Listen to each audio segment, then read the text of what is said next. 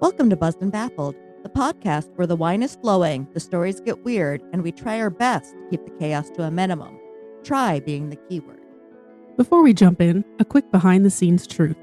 Producing the show is basically an Olympic sport. Between being the media manager, the sound engineer, the editor, and trying to control her own voice volume, which, let's be honest, Nicole's has the natural power of a small megaphone, things can get a little unpredictable. So if you hear the occasional mic spike, just know it's not your headphones. It's Nicole living her best and loudest life.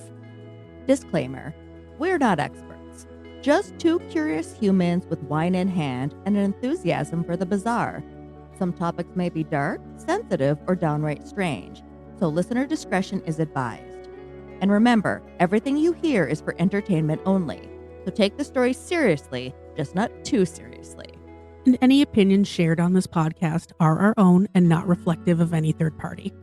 Now, pour a glass, settle in, and get ready to be buzzed and baffled. Look at that, look at that. I did it right. And you didn't have the computer speakers on? No, I turned that off. That's the first thing I did. You know this isn't going to save or something because you had it right. The computer is going to Mhm. crash halfway through is what's going to happen. It's just going to be like, bleh. But we're back. Yep, we're here. Live. Live to us. Live to us. We're live. Yeah. You're not. Oh! Listener, reader. You're behind the times. So, what's been up in your world? What's new? Not much. What's shaking? I'm a little bit sore, and I know tomorrow's going to be fucking hell from a project that was only going to take a few minutes. I needed someone to help me put new numbers on the house. I think help isn't the correct word. Do it for me. Because I'm scared of heights and I don't climb ladders.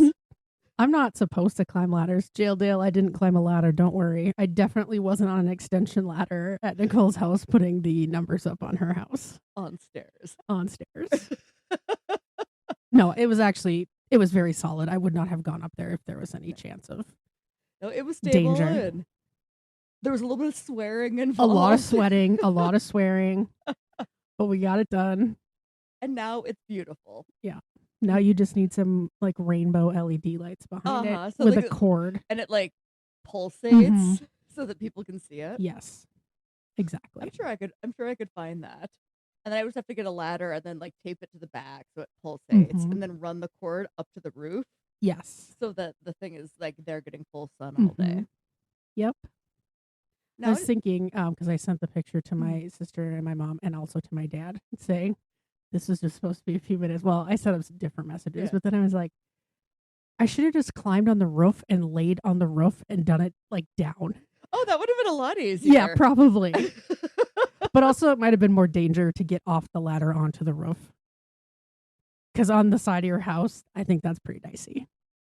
I don't think it would have been, because you wouldn't have gone on from the front where the stairs are. You would have gone on from the side. Right. But at least, well, And that it's not a strong pitch there like it is the rest of the roof. The rest of the roof, that would have been dangerous. but it would have been even worse if I climbed up there and laid down and I'm like, I can't do this. And also, how would you have given me tools? I would have had to throw them Yeah. at you.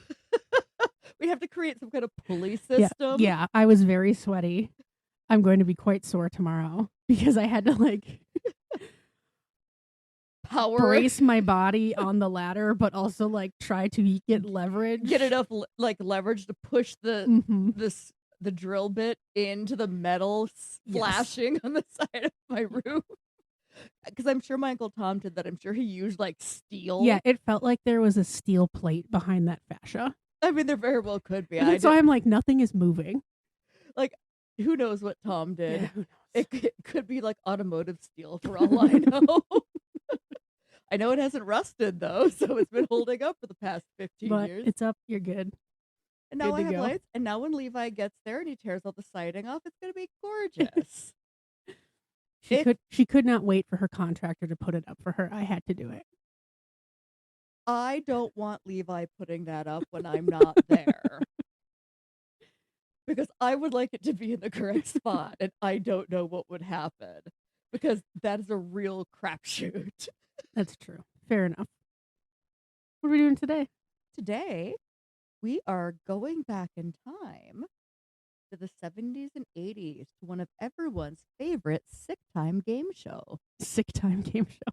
Yeah. Everyone who was a child in the 70s or 80s watched this Yeah. show. We're going to be talking about The Price is Right. We are. And our wine today is, I'm sure, going to be delicious. It's by the brand Menage a Trois. It's called Exotic Blend, Tropical, Refreshing, Citrus, California. And this is from 2019, which I just realized that's kind of old. I'm hoping that color's on purpose. Well, it kind of looks like it's almost on the way to that 2004 Chardonnay or whatever. Escape the ordinary with Menage a Trois Exotic Blend, an enticing blend of California Chardonnay, Moscato, and Chenin Blanc. We did not read the label when you picked this up. Oh, this is no. going to be bad. We definitely did not read This the was label. purchased literally on how the front label looked. She did not turn around to read the back. I did not. I was looking for something that went this is along gonna with be this. so It's going to be so sweet. Brimming with lush tropical fruit flavors, bright citrus notes, and a refreshing finish, Menage a Trois is pure paradise. Oh no. Okay. Let's do it. We're so lucky to have Chardonnay and Moscato in one.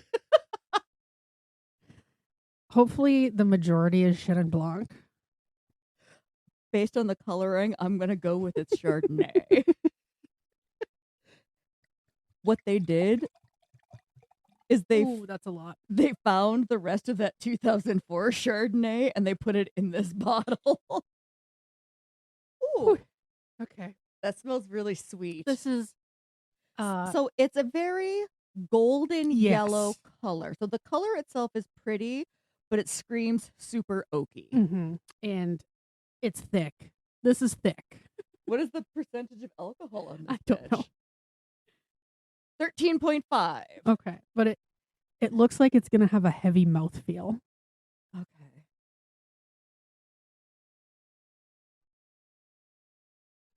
Okay. It's not nearly as sweet as I thought it was going to be. Yeah, It's actually tolerable. it's if sweet could be bland at the same Mhm. time, that's how I would describe it. Like you can tell it's sugary, but it's not so much that it makes your teeth hurt. Yeah. This is actually leagues better than I thought it was going to be. I It's wouldn't- not great. I wouldn't buy it No, again. like I'll finish this. I will finish this glass because I have a wine fridge over here with some pale in it. that I Yeah, could it's break got a lot of into. like pineapple on the finish.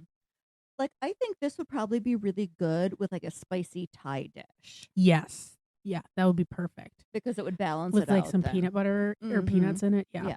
like Yeah. that. Okay. It's not nearly as bad as I thought it was going to be So- based on color and smell. So if we were going to do a Thai night, I'd be like, okay. Or if you were going to turn this into like a wine slushy. Yeah, a slushy would be good too. Mm. Okay. It's not nearly as bad. Sorry, Menage a Trois, that I prejudged you. Let's be honest, people. She was judging me because of my previous wine choices. Yeah, I was a little bit nervous, but I can't give Nicole the full blame because I was literally there when she purchased it. And We- I also did not read the back. We walked into the store shopping separately at the same time. Yeah. And this bitch flips me off in the parking lot. I saw you pull in right like seconds after I did. I was like, oh, waiting for you to see me. I'm just like walking in the parking lot, flipping you off, waiting for you to look and see me. At least it's better than the time that Rube flipped us off. Uh-huh. And then she looked at me and she shook her head and she pointed at you. So I knew she wasn't flipping me off. Take me to Glendale. Okay. So anyone who was a child at the turn of the century, specifically the 1970s and 1980s, knows what it was like to stay from school and watch people bid on cans of corn in an attempt to win the final showcase. Yeah, the best show. Now, what did you have? How sick did you need to be in order to stay home? Well, my mom could definitely tell when I was actually sick and when I wasn't actually sick. And on the days that I wasn't actually sick, she would be sure to highlight that if I was staying home, I was not allowed to do anything else during, like, you can't go ride bikes with your friends when school's over. Yeah. None of the fun stuff after. Nope. if you're homesick, you're homesick all day. So there's no staying home, but then having your migraine be gone at 5 o'clock and then be allowed to go do things To with go your to Gino's. friends. Yeah. Yeah, it wasn't like that. See, for me, something had to be leaking out of my body that shouldn't be. Yeah. And we didn't stay home sick often. And most of the time we were sick, but every once in a while, a kid's just like, I don't fucking feel like going to Yeah. school. Although I think my mom really set herself up for failure when she made the rule like I had to be really sick. She told you the story of the time I got really sick, didn't she? Should I regale our dear readers? Yeah, go ahead. So God, I was in elementary school. And I'd spent all day at Grandma Gloria's, and who knows what I'd been eating there all day. I was probably just like sugared out of my mind because it was just like candy everywhere. And I had a loft bed with a ladder going up to it, and I had a white comforter with hearts on it. I sat straight up in bed. Were they multicolored hearts? Uh-huh. Like this big? I don't know. They looked almost like candy hearts, I think. I think I had the same comforter. Was it from JCPenney's? Oh, yeah. I had the same It one. was from JCPenney's. Yeah. I had the whole bedroom Yeah. set with like the heart-shaped pillow with the ruffle around it. Yeah, I had the same one. And so I sat straight up in bed. And obviously, I don't remember this. My mother told me. And I threw up all over the white comforter. Naturally. I walked down the ladder and threw up on the wall on my way down. And then I turned around and threw up in the door before I opened it. And my mom's room was immediately to the left of mine, and the bathroom was a little bit down the hallway to the right. I didn't go into the bathroom. Why would you? I went into my mom's room. I tapped her on the Puking shoulder. the whole way down the hallway. Said I didn't feel good, and then I threw up on her. And then I walked down the carpeted hallway, and threw up all the way down the hallway. And as soon as my feet hit that linoleum, I was done throwing up. It's like 2 a.m. and my mom is just staring at the house. Yeah, and then I'm sure you felt great by then. You were like, oh, I'm ready to go back to sleep. I'm right as rain. I had to, I'm assuming, lay on the couch because I can't go lay back in my bed because it's covered in vomit. You probably had one of the best sleeps of your life after that. Oh, and yeah. poor Lisa's just My stomach didn't hurt anymore. I felt fine.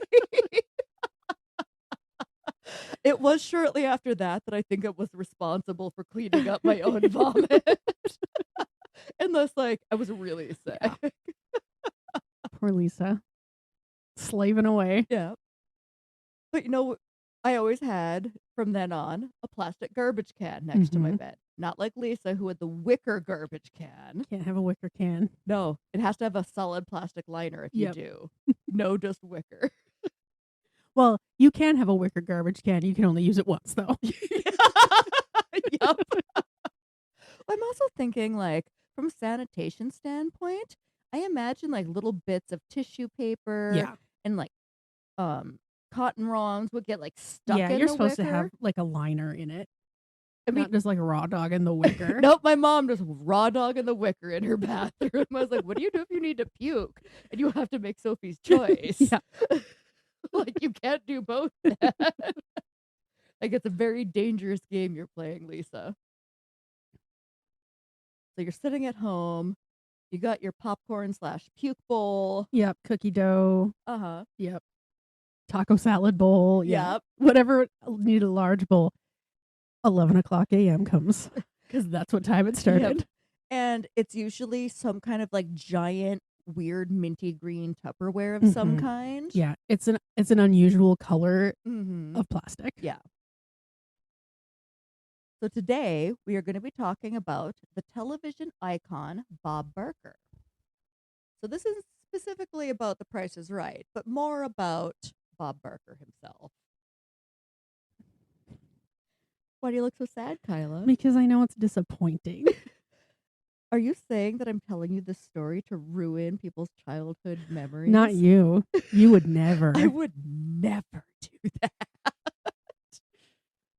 But Bob was born on December 12th, 1923 in Washington. Bob was born on the Rosebud Indian Reservation and was a member of the Sioux tribe. I did not know that. Me either. When I was writing that, I was like, Huh. I always thought he was just really fucking tan. Yeah, and he probably was, but Yeah. I had no idea. I did not know that either. He started his television career in 1956, hosting Truth and Consequences. The game show sounds like I designed it. Yeah. The contestants would have a short period of time to answer a trivia question that was so off the wall that no one could answer it. If the contestant was able to answer the question, they would then be told it's a multi-part answer. Such bullshit. In the end, when they couldn't answer the truth part of the game, they would have to suffer the consequences with an embarrassing stunt. It's like, this is brilliant. I'm gonna have to go find an old clip and look for your name in the credits. Creator, producer, writer.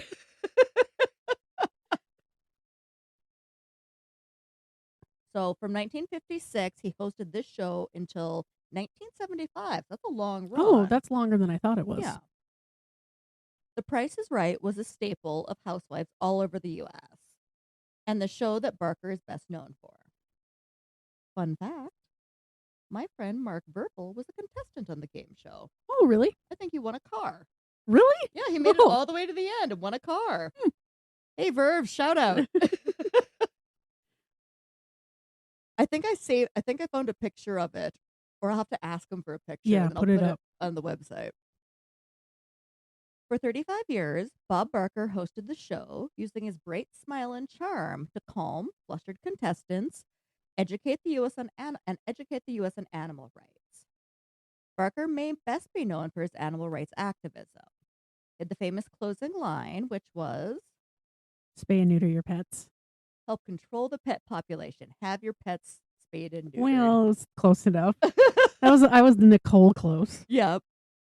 And he even used his own money to start the DJ&T Foundation in 1995 that funded the cost to spay and neuter clinics across the country.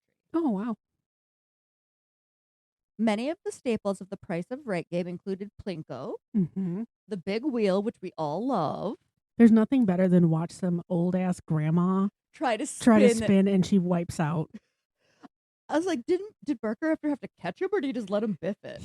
I think he tried to catch him from time to time, but also like sometimes they would just go down too low and just like roll back like a roly poly. Oh, like they couldn't, like their knees wouldn't, they couldn't drop it like it's hot, so they couldn't get back up.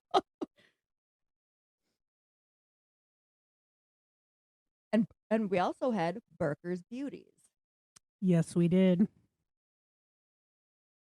So was Barker truly America's grandpa, or was he in fact the narcissist and egomaniac that his female coworkers claimed him to be? Well, I can't imagine you'd be writing a positive story, so I'm going to go with the latter.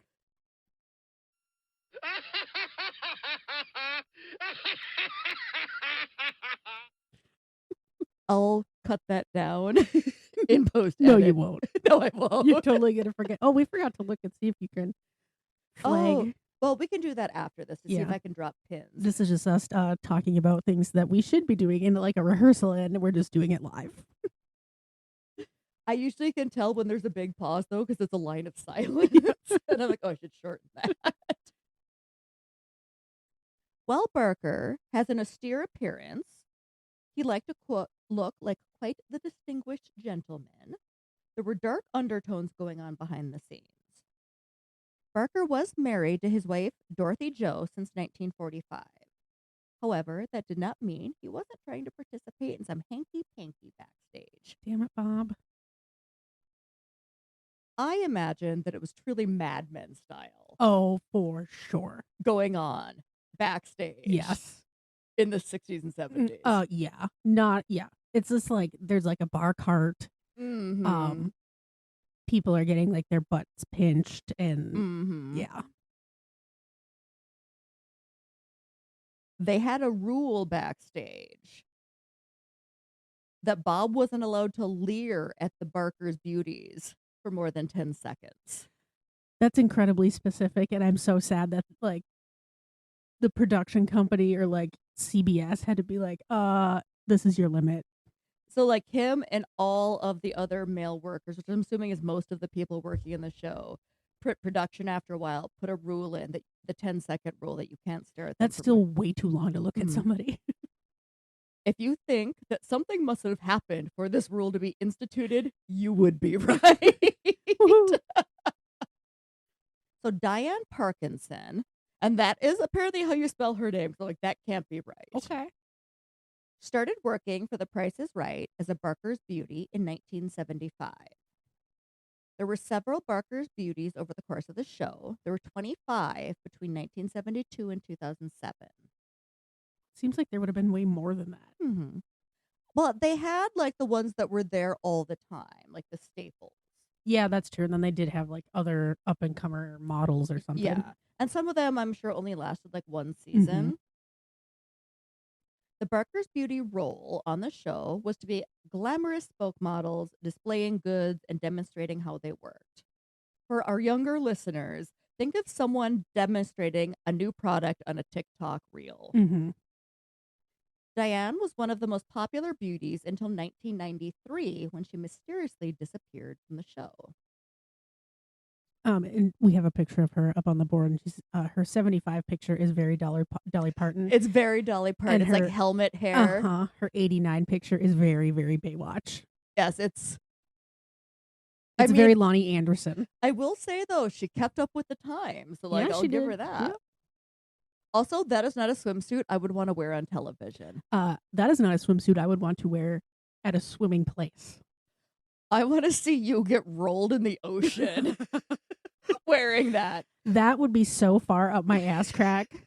Your tits I would have to get it surgically removed. Your tits would pop out Yeah. either side there. I would look like Andre the Giant in like a wrestling onesie.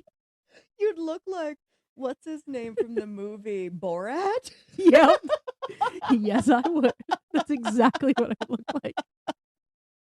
Found your new Halloween costume.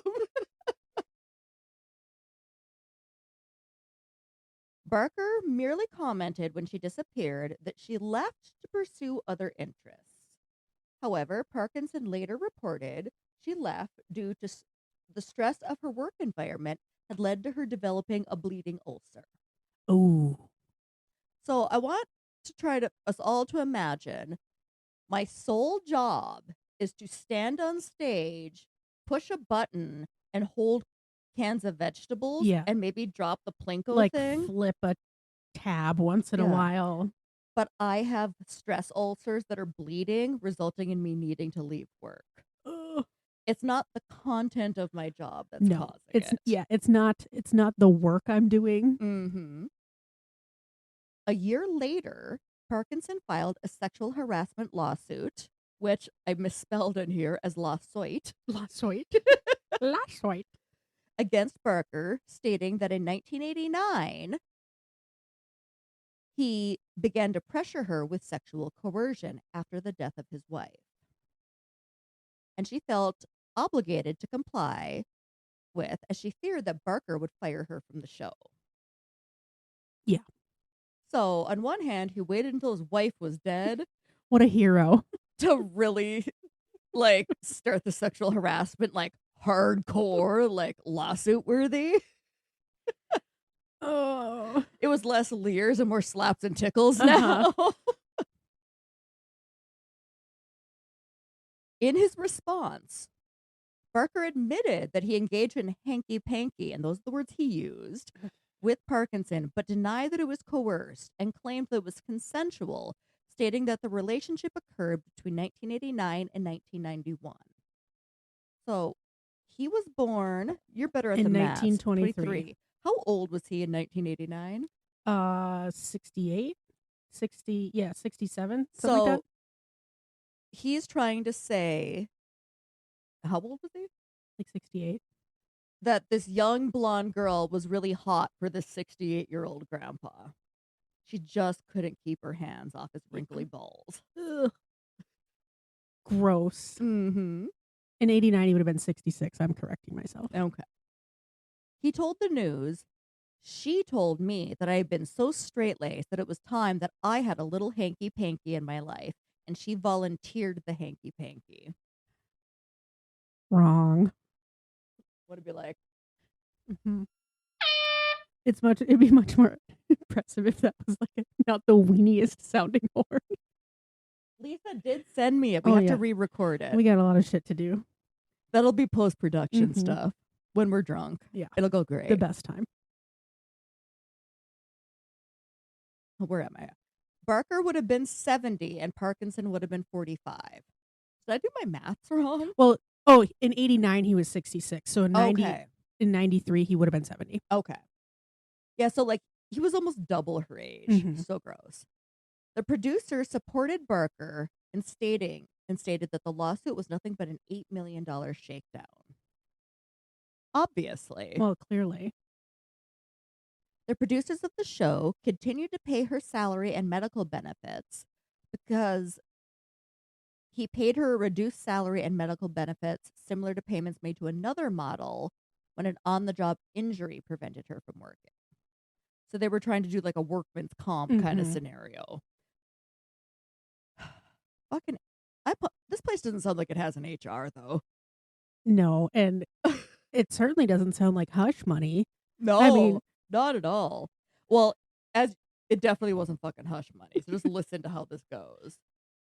In 1995, Parkinson dismissed the lawsuit, citing that legal expenses were no longer sustainable, causing future deterioration in her health. It was a classic case of Goliath out litigating David because he had more financial Mhm. resources. But that's not where the story ends. Yeah, and I'm sure CBS had their lawyers on it. So how can this, one woman? And Yeah. she probably didn't make a ton of money doing that. Mm. Fight CBS's army of lawyers because Bob Mhm. Barker is like their number one Yeah. dude. So in 1995, another model, Holly Hellstrom, who we see up here, and so this is 1995, and she has more of a Reba appearance. I was just gonna say she's Reba with brown hair. Yep. Was fired from The Price is Right. She was initially dismissed from the show with claims by The Price is Right that it was due to early retirement due to weight gain caused by prescription medications. However, Holly states it was because she would not lie and give a false deposition supporting Barker in Parkinson's lawsuit. Yeah, that tracks. But isn't that what you call tampering with witnesses? It sure is. Also, is fat shaming better than sexual harassment or worse? So, like, she's retiring because she got too fat. We're putting her out to pasture. When Holly went to the media to tell her side of the story, Barker didn't just ignore it and let the story die. Instead, he decided to sue her for libel and slander. It's only libel and slander if it's not true. The lawsuit destroyed her finances and she drained her life savings and eventually had to sell her house and live out of her car Oh my gosh. and living off of state welfare benefits because she would not sign the settlement that included an NDA.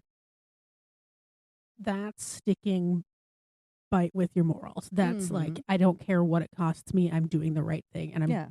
doing what is true. It's like, because I'm not taking what I'm assuming is $20,000 because Mhm. fuck you. This is where Barker really loses me. Oh, no. And goes This is where it is. and goes from being a man behaving as many of the men of a certain generation did. Note that I do not agree or condone the behavior, but I understand how the behavior came to be. Yeah. There's a difference. And he becomes much more predatory and abusive. Well, he's gotten away with it twice. Publicly now. And he knows that he has their backing. Holly has more success than Parkinson. The lawsuit kept going until 2000 when Barker dropped his defamation lawsuit 48 hours before the case went to trial. Well, yeah, because he didn't want to have to be on the stand. Mm-hmm. In 2005, Holly won a multi-million-dollar out-of-court settlement when she sued for malicious prosecution with no NDA. Okay. In 2026, Holly gave an interview to the Page Six News where she states why she refused to give the deposition and wanted nothing to do with it, Hallstrom said. Hold on, I gotta flip the page. Oh no. Oh, there we go. I was only one of Barker's beauties that was asked to give a deposition and did not.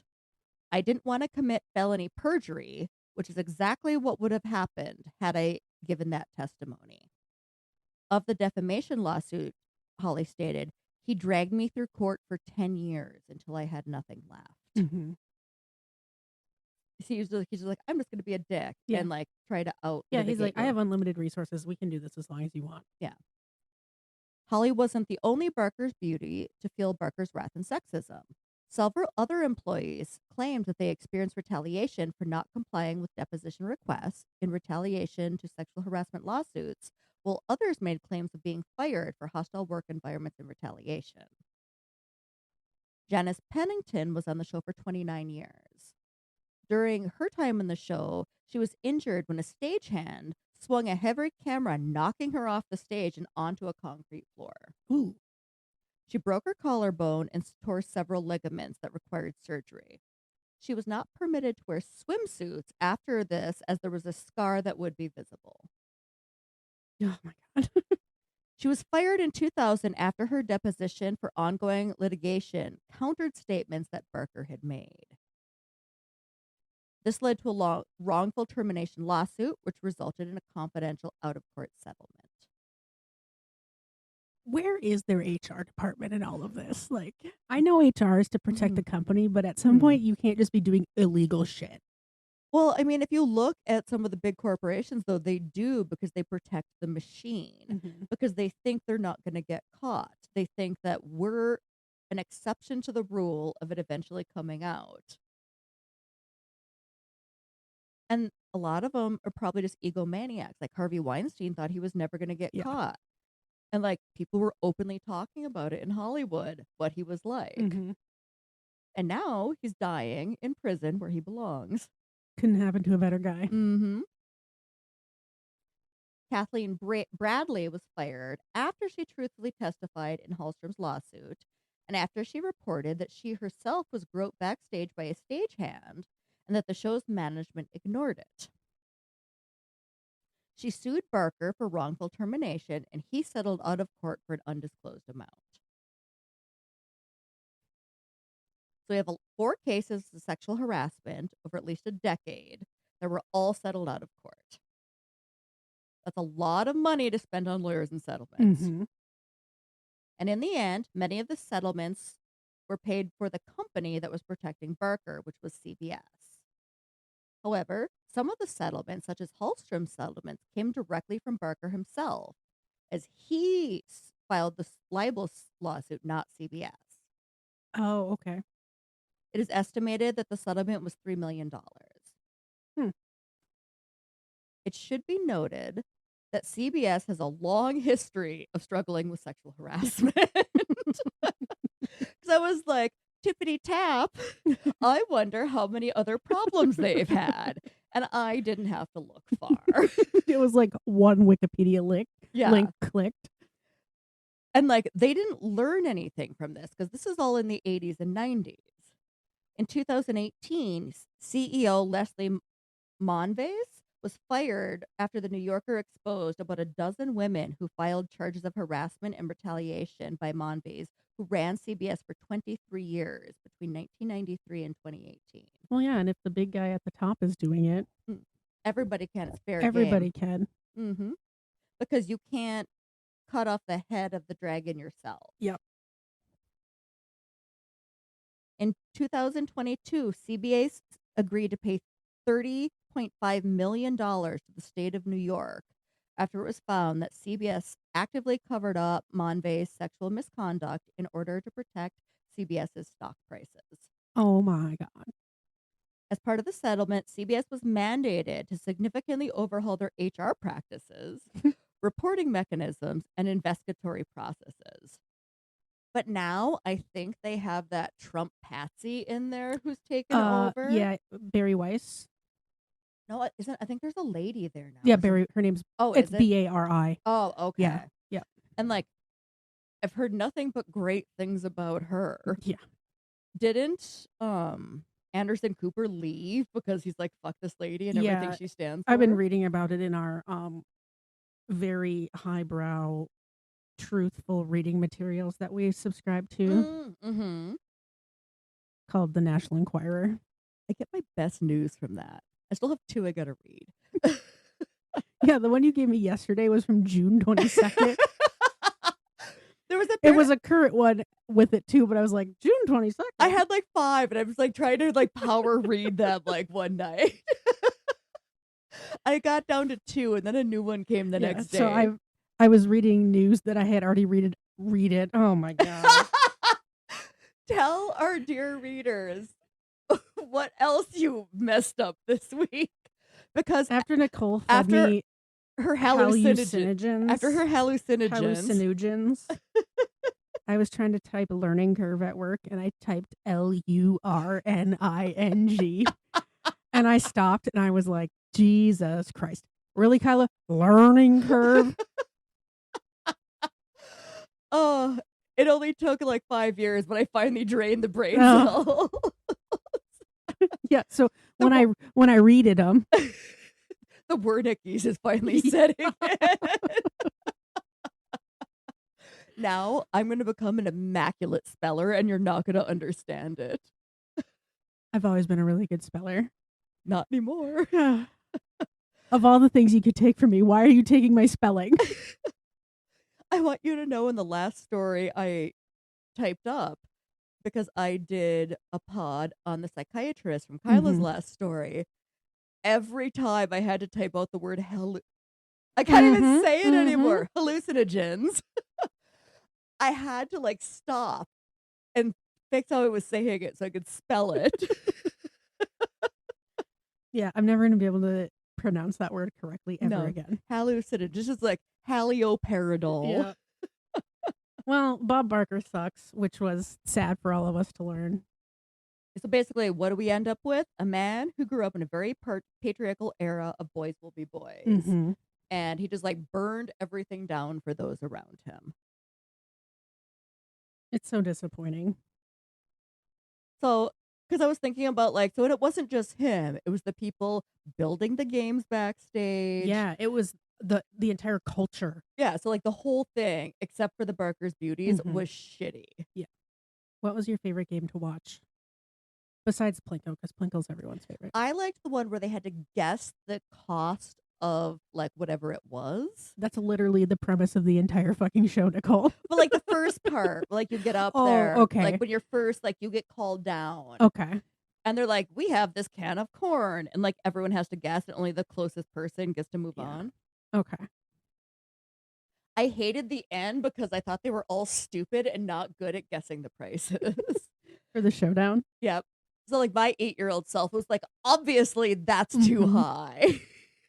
I liked, well, obviously Plinko. I liked the yodeler one, the mountain climber with the, yeah. If you went too far, he plummeted to his death. Yeah. Dark. I actually just liked it because it had yodeling. I liked. Yeah, I had to drive her car to go back to my house to get this story, and she had like a fucking opera channel on. Oh, I forgot I had that on. Don't worry, I put it back to hits 1.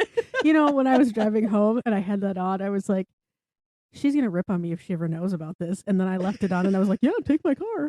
I was like, what the hell is this? I had to like see if it was on Sirius Radio or if you had It like is, a CD. No, it's on Sirius Radio, but I have it. So it's not on the main screen. You have to go to the second page of presets to see it. Okay, but I have Dateline as one of my options. If I'm sick of listening to the radio, I can just listen to the audio only of a Dateline, which I assume is a TV with a microphone in front of it in a dark room. Yes, that's exactly what it is. So, Bob Barker. Bob Barker. What are you gonna do us like that? Oh, I also like the one where they punched into the there was like a wall of round like paper, and you punched in and pulled out like the dollar amount or something. Okay. I like that one too. As a kid, apparently I like the violence one. Yeah, I was like, geez, people plummeting to their death, and like, okay, heck, Hannibal Lecter over here. As a kid, I don't remember what the name of this show was, but there was a full-grown adult man dressed as a clown. Was it Bozo? I don't know. On WGN 9 Chicago. And it was like he had like red yarn hair, and the kids would have to like throw things into these popcorn buckets. Yeah, it wasn't yarn hair. It was like this. Like Maybe. I Yeah, don't remember. that was Bozo the Clown, and you had to throw a ball into one bucket and then the next bucket until you missed, and then you won the better prize the further away you got. So what was the whole point? Because I just remember not liking it because I didn't like clowns. Yeah, But that of course, that Lisa was set me called, down in front of it. was it just the Bozo the Clown show? But I remember that was on WGN9. I think that might have been like a semi-local Chicago show. Like, I don't know that it was broadcast everywhere, but we got it because We're closer. close-ish. Yeah. I wonder if it was regional. I guess people who didn't grow up in the Midwest, do you remember Yeah. Bozo the Clown? Let us know. We'll post a picture. Let's see, French. Oh, Bozo the Clown series. So there was one in Boston. Okay. Was it a different clown? Yes. Oh. And there was one in Detroit, Windsor. So it looks like this That's was probably kind of. we probably got the Detroit. I know one. I know ours was Chicago because I know it was on WGN9, which was a Chicago-based station. It was just called the Bozo Show. We got out in the canal where I grew up. We had like the old school antenna until we had like the giant satellite dish. Mm-hmm. Why don't you tell the dear readers what you did to your satellite dish? So the satellite dish had like 1,000 channels, right? And like you had to like push the button up or down. It wasn't like a remote where you could be like, I want channel 486. Yeah. Because the satellite, it was a degree that was aligned with the channel. So if I was at 200, I would have to go to like 600. The satellite would rotate as I'm pushing the buttons and holding it down to go up. Mm-hmm. I couldn't find anything to watch. And so I kept scrolling and scrolling and scrolling until the wires got so tight that they broke off inside. And Bink had to go remove the satellite dish from the pole, pull the wires out, and reattach them. Just like a twisted, just like knotted. It's just like so taut. You probably use it as a spear. Like when it came off, it probably went twang. Would have been dangerous to be by it when it snapped. I do think that I was taught at that point that you only go up, but then you have to go back down. You can't just keep rotating. Satellite just like yeah, so it's outside. The thing is just like spinning and spinning and spinning.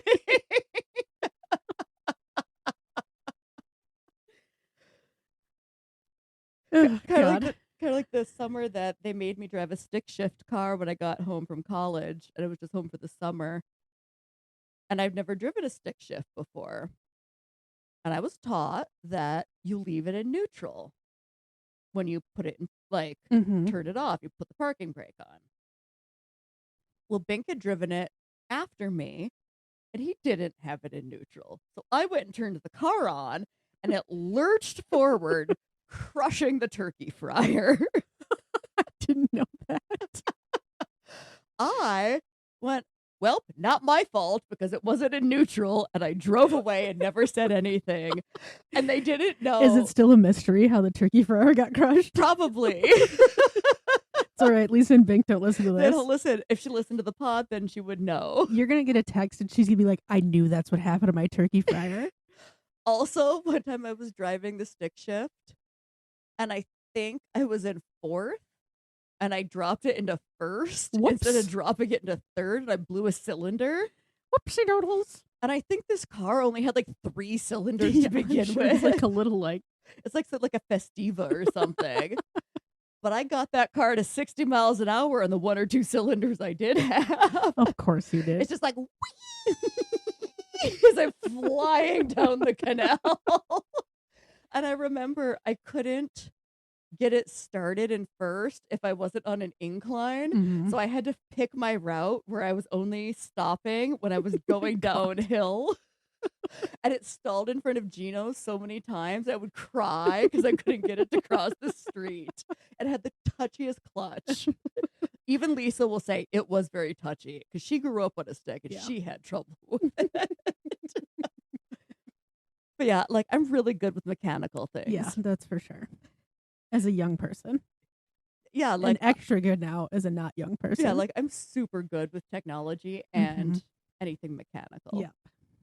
but Bob Barker sucks. CBS sucks. Yep. The Price is Right did not suck.